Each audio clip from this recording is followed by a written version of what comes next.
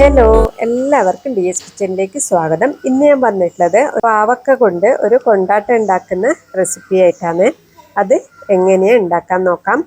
പിന്നെ നിങ്ങൾ ആദ്യമായിട്ട് എൻ്റെ ചാനൽ കാണുന്നുണ്ടെങ്കിൽ എല്ലാവരും ഒന്ന് സബ്സ്ക്രൈബ് ചെയ്ത് സപ്പോർട്ട് ചെയ്യണേ. വീഡിയോ ഇഷ്ടപ്പെട്ടാൽ ലൈക്ക് ചെയ്യാൻ മറക്കല്ലേ.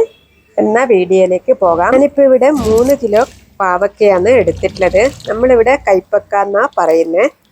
അപ്പോൾ അത് നല്ലതുപോലെ കഴുകിയെടുക്കണം. ഒരു പാത്രത്തിൽ വെള്ളം എടുത്തിട്ടുണ്ട്. അതിലേക്ക് കുറച്ച് വിനാഗിരിയും ഉപ്പും കൂടി ഇട്ട് കൊടുത്ത് അതിലേക്ക് പാവക്ക ഇട്ട് നല്ലതുപോലെ കഴുകിയെടുക്കാം. അതിനുശേഷവും നമ്മൾ 1-2 പ്രാവശ്യം നല്ല വൃത്തിയായി കഴുകി ഇതുപോലെ വെള്ളം ആറ്റി എടുക്കണം. അപ്പോൾ ഇതാ എടുത്തിട്ടുണ്ട്. ഞാനിതാ ഇനി വട്ടത്തിൽ ചെറുതായി മുറിച്ചെടുക്കുന്നുണ്ട്. ഇതേപോലെയാണ് നമ്മൾ കൊണ്ടാട്ടാക്കുമ്പോൾ മുറിച്ചെടുക്കേണ്ടത്. അപ്പോൾ മുഴുവനായും നമുക്കിത് ചെത്തിയെടുക്കാം.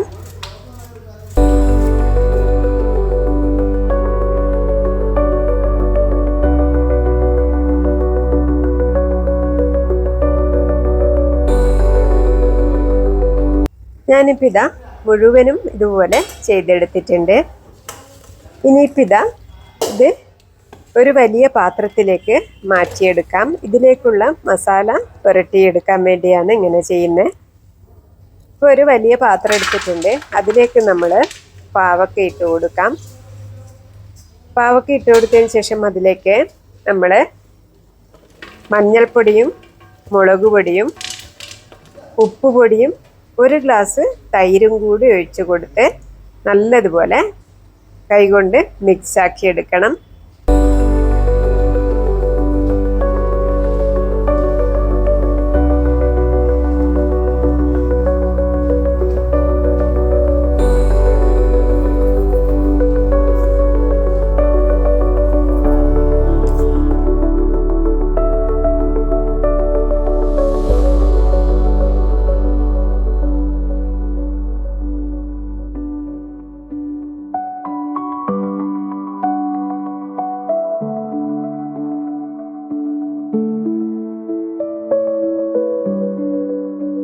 നല്ലതുപോലെ മിക്സാക്കി എടുത്തതിന് ശേഷം ഒരു 25 മിനിറ്റോളം റെസ്റ്റ് ചെയ്യാൻ വെക്കുന്നുണ്ട്.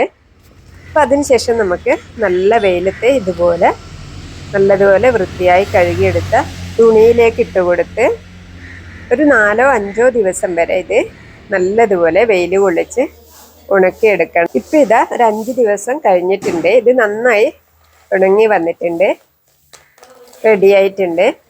ഇനിയിപ്പോൾ ഇതാ നമുക്കിതൊരു കവറിലാക്കി സൂക്ഷിച്ച് വെക്കാം.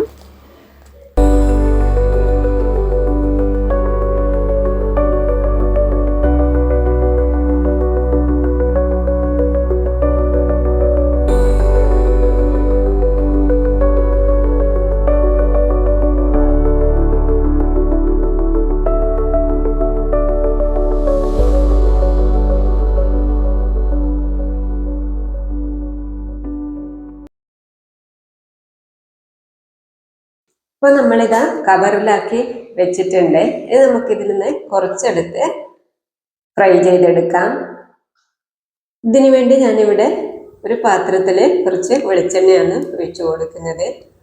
കുറച്ച് മാത്രം ഒഴിച്ച് ഫ്രൈ ചെയ്തെടുത്താൽ മതി. കൈപ്പക്ക കൊണ്ടാട്ട ഉണ്ടാക്കിയാൽ പിന്നെ ഈ വെളിച്ചെണ്ണ ഒന്നിനും എടുക്കാൻ പറ്റത്തില്ല. അപ്പോൾ അതാ നമുക്കിത് ഇതുപോലെ കുറേശ്ശായിട്ട് ഫ്രൈ ചെയ്തെടുക്കാം.